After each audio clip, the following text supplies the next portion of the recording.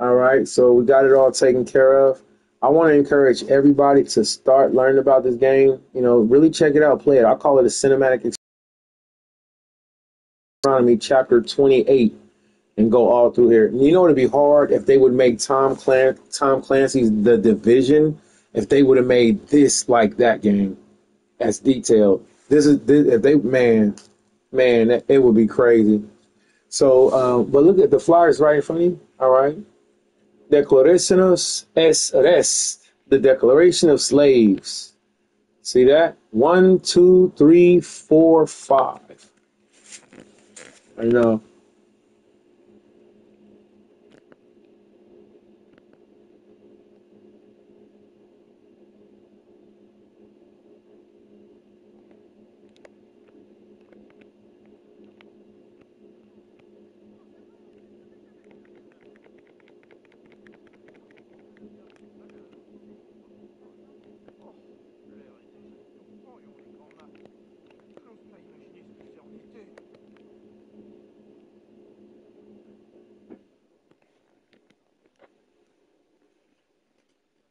Comment je pouvais le savoir? Le cuisinier n'achetait pas le nom de ses ingrédients en grosses lettres.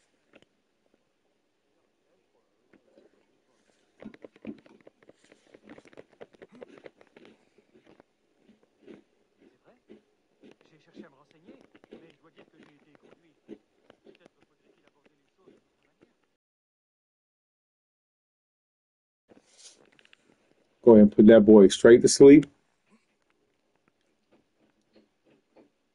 And then we're going to walk over here and we're going to free our brothers in chains. Kwame Yasharala. And y'all get up out of here real smooth like. Get up out of here real smooth like. I don't know what happened to him. Shalom. You about to get fired. You about to get fired. Lost all your cargo, homie. And then lost your life. All right, let's get to it. This project is amazing. I hope y'all like it. All right. Hebrew liberation. Let's listen to what the scriptures have to say for the Shabbat day. Me as an enemy by driving away my cattle and by persuading my daughters to run away from their father and by carrying home those sacred paternal images which were worshipped by my forefathers and have been honored with the like worship which they paid them by myself. In short, thou hast done this whilst thou art my kinsman and my sister's son and the husband of my daughters, and was hospitably treated by me, and didst eat at my table. When Laban had said this, Jacob made his defense, that he was not the only person in whom God had implanted the love of his native country, but that he had made it natural to all men, and that... Dang! He said, you ain't the only one that love your hometown. First of all, you gotta, us being family, I'm pretty sure a lot of us have went through these arguments with our family. When Josephus goes into his account of Laban's communication with him, he says Laban begins to accuse him. Laban begins to go in on Jacob. Now, notice, Laban didn't approach them at sundown. Why? Because sundown is a special time, and the evening and the morning were the first day. So Laban didn't begin at the head of the day. He didn't begin when the sun first came up. All right. He began after the sun was already up. All right. So when we're looking at this conversation, Jacob is having to defend himself. Abba Nawa Ya'ikwab, our father Ya'ikwab, is having to defend himself from the Ragdabadi and from the evil words that Nawa, our uncle Laban, Nawa, that our uncle Laban is saying to us. So if you go back and listen to it, or you go back and investigate it, you'll see that Laban came with the harsh accusation. Let's just rewind it just a little bit, just for the sake of learning wordplay and conversation. Because a lot of times we have to defend ourselves, or we get caught up in conversations, so arguments. But let's see how this dialogue plays out. The wife. Now each of these had handmaids by their father's donation. Zilpah was handmaid to Leah, and Bilhah to Rachel, by no means slaves, but however subject to their mistresses. Now Leah was sorely troubled at her husband's love to her sister, and she expected she should be better esteemed if she bare him children. So she entreated God perpetually, and when she had borne a son, and her husband was on that account better reconciled to her, she named her son Reuben, because God had had mercy upon her in giving her a son, for that is the signification of this name. After some time she bare 3 more sons, Simeon, which name signifies that God had hearkened to her prayer. Then she bare Levi, the confirmer of their friendship. After him was born Judah, which denotes thanksgiving. But Rachel, fearing lest the fruitfulness of her sister should make herself enjoy a lesser share of Jacob's affections, put to bed to him her handmaid Bilhah, by whom Jacob had Dan. One may interpret that name into the Greek tongue, divine judgment. And after him, Naphtali, as it were, unconquerable in stratagems, since Rachel tried to conquer the fruitfulness of her sister by this stratagem. Accordingly, Leah took the same method and used a counter-stratagem to that of her sister, for she put to bed to him her own handmaid. Jacob therefore had by Zilpah a son. This is absolutely my favorite competition. Two sisters in competition to get their husband pregnant. By doing what? By using their best friends to get pregnant by their husband. What a wonderful world. Amen. Let's bring back the good old days. Whose name was Gad, which may be interpreted fortune, and after him Asher. These women just selfish nowadays. Where the real best friends at? Y'all real best friends, step up, man. Help y'all friends out. Be a real best friend and help your friends out. Your friends know she need help. Be a good girl and go over there and give her a hug and talk to her. All right. Which may be called a happy man, because he added glory to Leah. Now Reuben, the eldest son of Leah, brought apples of mandrakes to his mother. When Rachel saw them, she desired that she would give her the apples, for she longed to eat them. But when she refused, and bid her to be content that she had deprived of her the benevolence she ought to have had from her husband, Rachel, in order to mitigate her sister's anger, said she would yield her husband to her, and he would lie with her that evening. She accepted of the favor, and Jacob slept with Leah by the favor of Rachel. She bare then these sons, Issachar, denoting one born by hire, and Zebulun, one born as a pledge of benevolence towards her.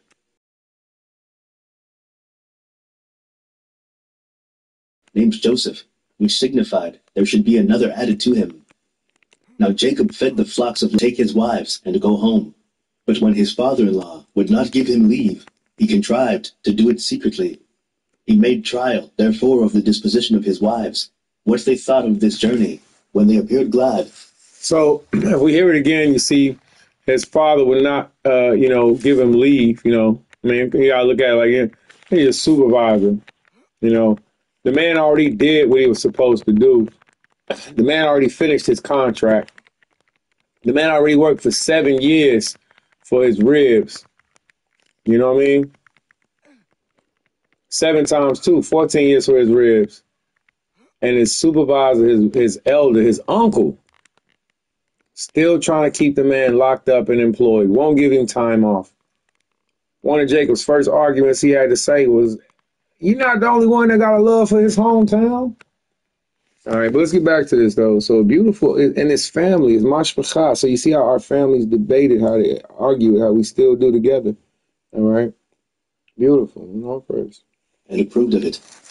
Rachel took along with her the images of the gods, which according to their laws they used to worship in their own country, and ran away together with her sister. The children also of them both, and the handmaids, and what possessions they had, went along with them. Jacob also drove away half the cattle, without letting Laban know of it beforehand. But the reason why Rachel took the images of the and taken by her father, she might have recourse to these images in order to obtain his pardon.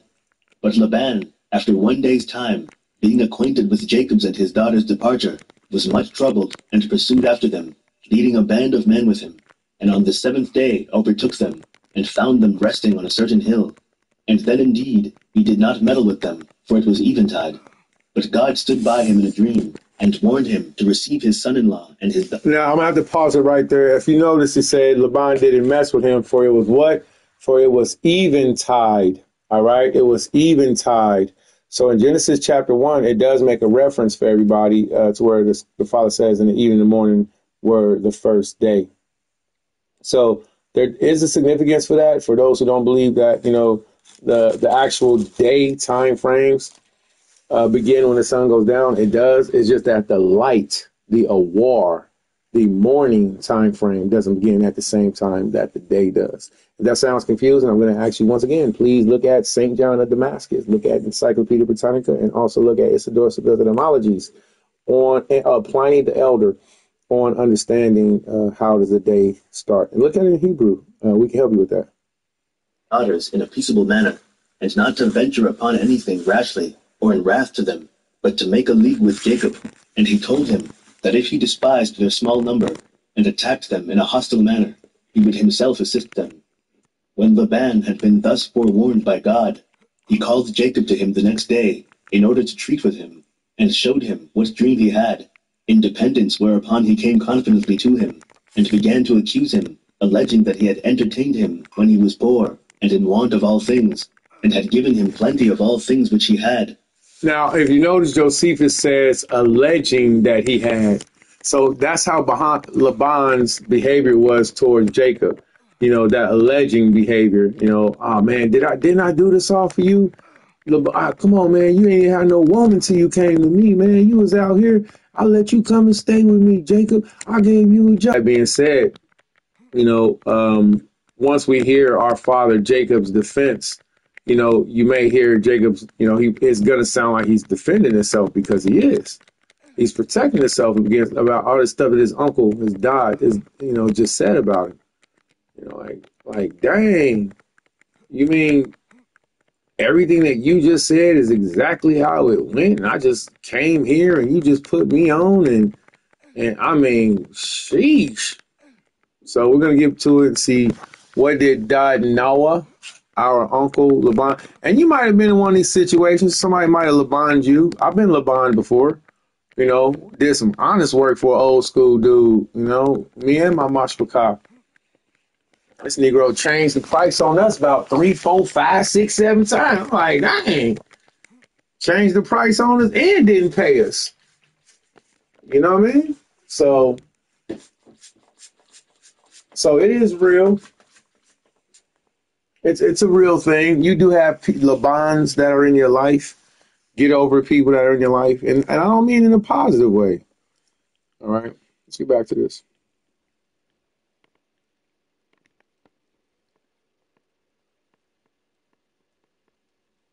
Them in a hostile manner, he would himself assist them. When Laban had been thus forewarned by God, he called Jacob to him the next day in order to treat with him, and showed him what dream he had, independent. Now, that's how Genesis works too. All right, the evening and the morning the same, and then the word day will be there. So in our body alpha, if we go back and read that, when it says day, everybody look at that, it's going to say the word yawam. All right, and yawam is not the time frame of eventide. All right, eventide is when the yawam is ending. Okay, so the Most High literally does put those names in Hebrew, but that's important. Okay, so he calls Jacob after the sun was up. Okay. Whereupon he came confidently to him, and began to accuse him, alleging that he had entertained him when he was poor, and in want of all things, and had given him plenty of all things which he had. For, said he, I have joined my daughters to thee in marriage, and supposed that thy kindness to me would be greater than before. But thou hast had no regard to either thy mother's relation to me, nor of the affinity now newly contracted between us, nor to those wives whom thou hast married, nor to those children of whom I am the grandfather. Thou hast treated me as an enemy by driving away my cattle, and by persuading my daughters to run away from their father, and by carrying home those sacred paternal images which were worshipped by my forefathers, and have been honored with the like worship which they paid them by myself. In short, thou hast done this whilst thou art my kinsman, and my sister's son, and the husband of my daughters, and was hospitably treated by me, and didst eat at my table. When Laban had said this, Jacob made his defense, that he was not the only person in whom God had implanted the love of his native country, but that he had made it natural to all men, and that therefore it was but reasonable that after so long time he should go back to it. But as to the prey of whose driving away thou accusest me, if any other person were the arbitrator, thou wouldest be found in the wrong. For instead of those thanks I ought to have had from thee, for both keeping thy cattle and increasing them, how is it that thou art unjustly angry at me, because I have taken and have with me a small portion of them? But then, as to thy daughters, take notice that it is not through any evil practices of mine that they follow me in my return home, but from that just affection which wives naturally have to their husbands. They follow, therefore, not so properly myself as their own children. And thus far of his apology was made, in order to clear himself of having acted unjustly. To which he added his own complaint and accusation of Laban, saying, While I was thy sister's son, and thou hadst given me thy daughters in marriage, thou hast worn me out with thy harsh commands, and detained me 20 years under them. That, indeed, which was required in order to my marrying thy daughters, hard as it was, I own to have been tolerable. But as to those that were upon me after those marriages, they were worse, and such indeed as an enemy would have avoided. For certainly Laban had used Jacob very ill, for when he saw that God was assisting Jacob in all that he desired, he promised him that of the young cattle which should be born, he should have sometimes what was of a white color, and sometimes what should be of a black color. But when those that came to Jacob's share proved numerous, he did not keep his faith with him, but said he would give them to him the next year, because of his envying him the multitude of his possessions. He promised him as before, because he thought such an increase was not to be expected, but when it appeared to be fact, he deceived him. But then, as to the sacred images, he bid him search for them, and when Laban accepted of the offer, Rachel being informed of it, put those images into that camel's saddle on which she rode, and sat upon it, and said that her natural purgation hindered her rising up. So Laban left off searching any further, not supposing that his daughter in such circumstances would approach to those images. Now let's just go ahead and look at this real quick. First of all, that he didn't give me the business, so he got hung up right next to the vendore negros. In other words, the vendoring of Negroes. So he hanging up right next to the Negroes for sale for the Negroes cargo flyer. I call that poetic justice.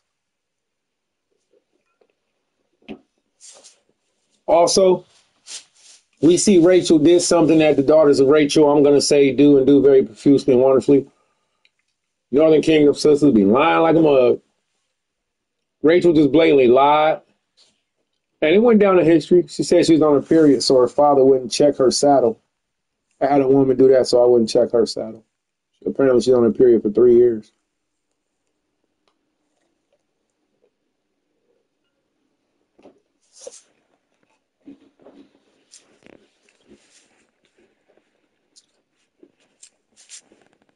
Grand practice of peanut butter. Amen.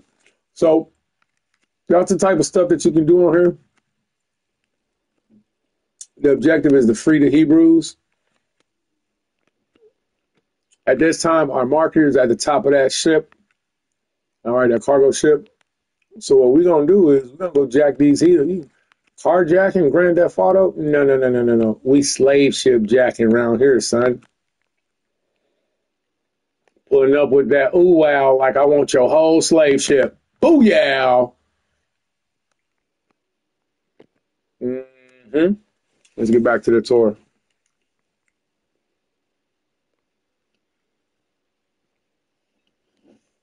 Once you let your imagination go with what the Bible say and what animation gives you, I mean, hey, the world is yours. So he made a league with Jacob, and bound it by oaths, that he would not bear him any malice on account of what had happened. And Jacob made the like league, and promised to love Laban's daughters. And these leagues they confirmed with oaths also, which they made upon certain mountains, whereon they erected a pillar in the form of an altar, whence that hill is called Gilead. And from thence they call that land the land of Gilead at this day. Now when they had feasted, after the making of the league, Laban returned home. Chapter 20. Concerning the meeting of Jacob and Esau. Now as Jacob was proceeding on his journey to the land of Canaan, angels appeared to him, and suggested to him good hope of his future condition, and that place he named the camp of God. And being desirous of knowing what his brother's intentions were to him, he sent messengers to give him an exact account of everything, as being afraid on account of the enmities between them.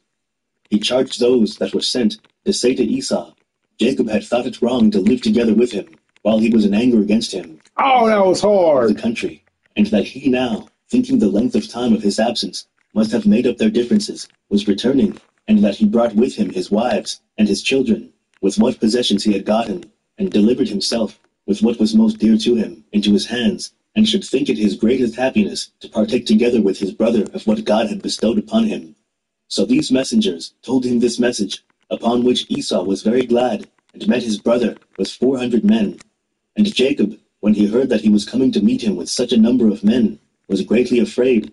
However, he committed his hope of deliverance to God, and considered how in his present circumstances he might preserve himself and those that were with him, and overcome injurious. He therefore distributed his company into parts, some sent before the rest, and the others he ordered to come close behind, and so if the first were overpowered and his brother attacks them, they might have those that followed as a refuge to fly into.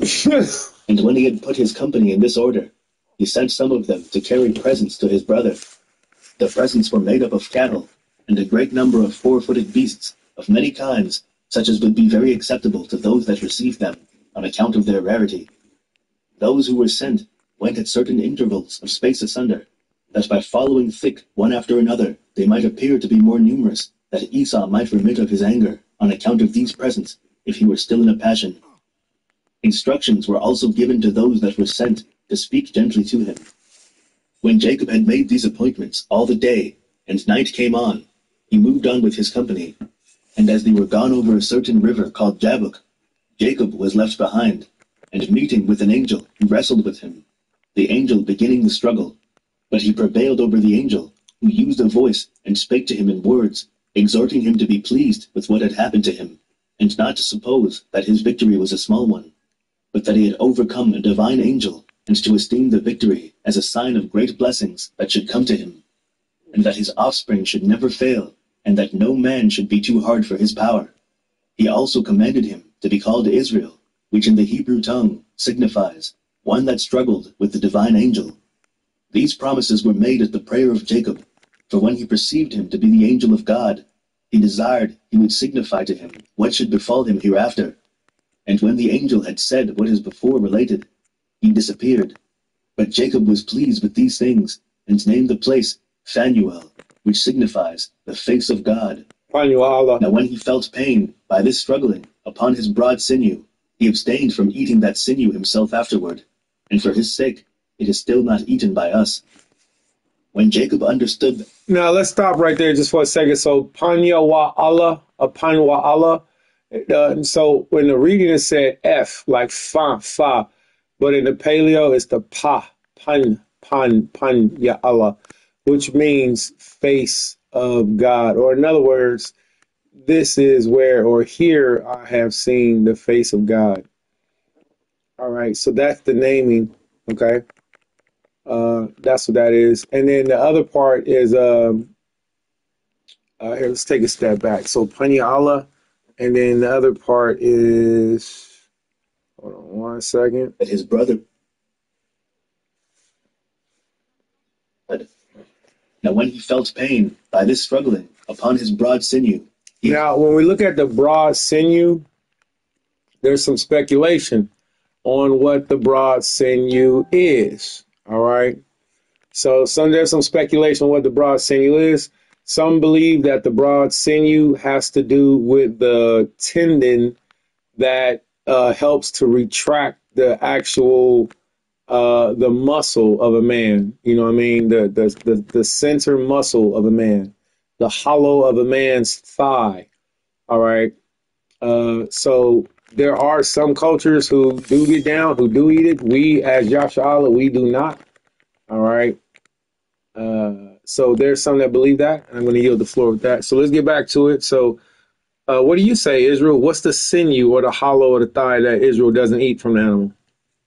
Victory as a sign of great blessings that should come to him, and that his offspring should never fail, and that no man should be too hard for his power.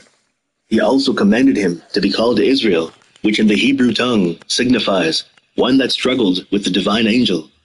These promises were made at the prayer of Jacob, for when he perceived him to be the angel of God, he desired he would signify to him what should befall him hereafter. And when the angel had said what is before related, he disappeared. But Jacob was pleased with these things, and named the place Phanuel, which signifies the face of God. Now when he felt pain by this struggling upon his broad sinew, he abstained from eating that sinew himself afterward, and for his sake it is still not eaten by us. When Jacob understood that his brother was near, he ordered his wives to go before, each by herself with the handmaids, as they might see the actions of the men as they were fighting, if Esau were so disposed. He then went up to his brother Esau, and bowed down to him, who had no evil design upon him, but saluted him, and asked him about the company of the children and of the women, and desired, when he had understood all he wanted to know about them, that he would go along with him to their father. But Jacob, pretending that the cattle were weary, Esau returned to Seir, for there was his place of habitation, he having named the place Roughness, from his own hairy roughness. Now, that's one of the things I really do like about that, is that our father Jacob smooth curved Esau. You know, he knew Esau didn't mean no good. And you know, Esau like, come on back here with me. You know, and Jacob like, nah. Hey, I'll meet you in a little bit, man. You know, the cattle is tired, so I'm just gonna make a left over here on Albuquerque. And that's what Jacob did. You know, he curved him. You know, he went the other way. You know, and I think that's strategic. That's very smart. It's very important for us to not only know how to do, but to do whenever we're having people that's either, you know, wasting our time or going to hurt us or going to be mean to us. You know, just find a very respectful way to, you know, kind of curve. You know, you curve them. You know, put them to the side. Be like, you know what? I'm still doing this, but, you know, shalom. You know what I'm saying? You know, I'm going to go the other way. You know, you can go ahead and do your thing. I'm going to go the other way. You know, and that's what our father Jacob did. You know, all right, let's get back to this.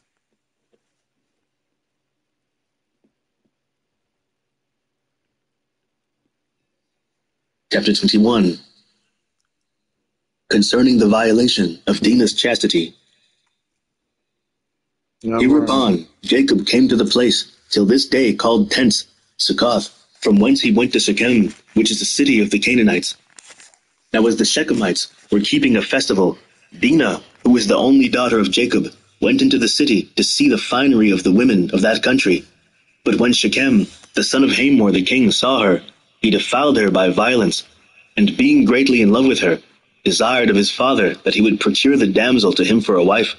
To which desire he condescended, and came to Jacob, desiring him to give leave that his son Shechem might according to law marry Dinah.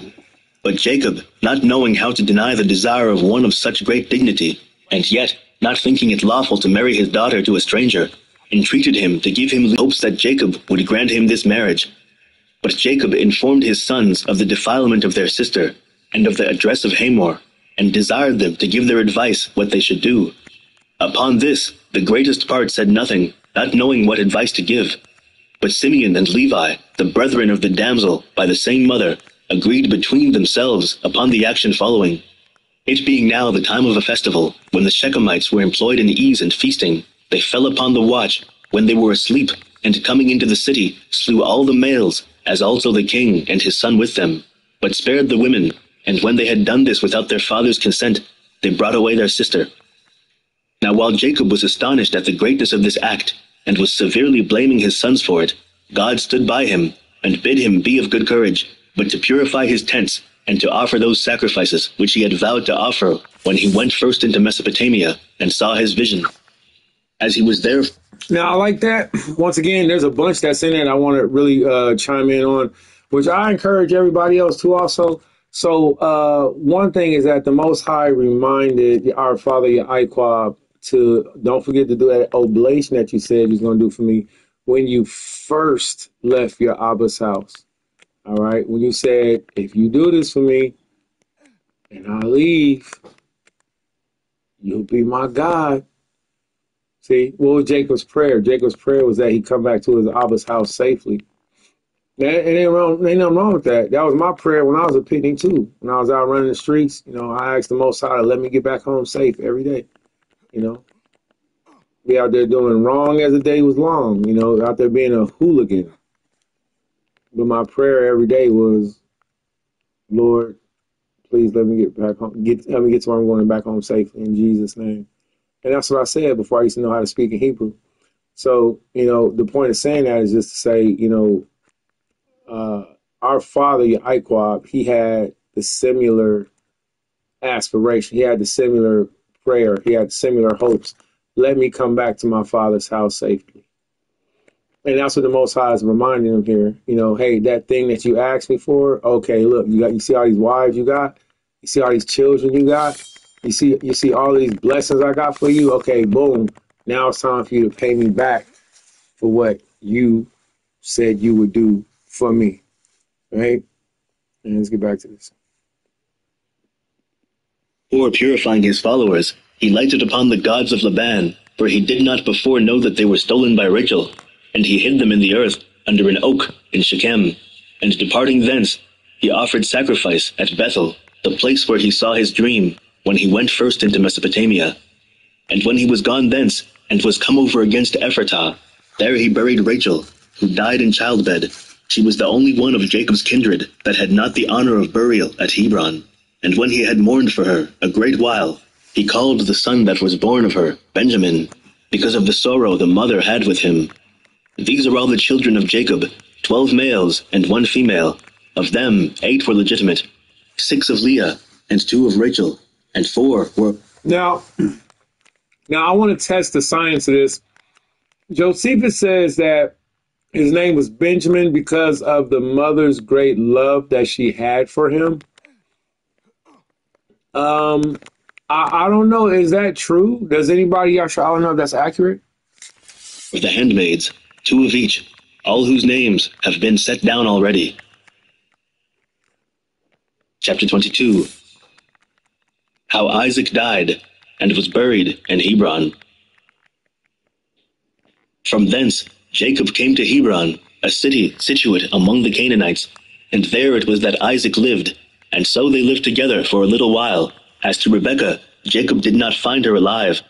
Isaac also died not long after the coming of his son, and was buried by his sons with his wife in Hebron, where they had a monument belonging to them from their forefathers. Now Isaac was a man who was beloved of God, and was vouchsafed great instances of providence by God, after Abraham his father, and lived to be exceeding old. For when he had lived virtuously 185 years, he then died. End of Book 1.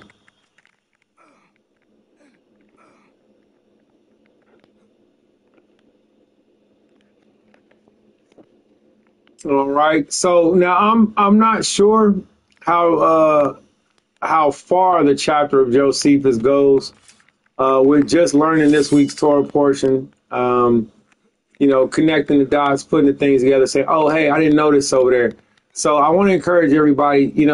Some people may not show you how, when, or where to get information.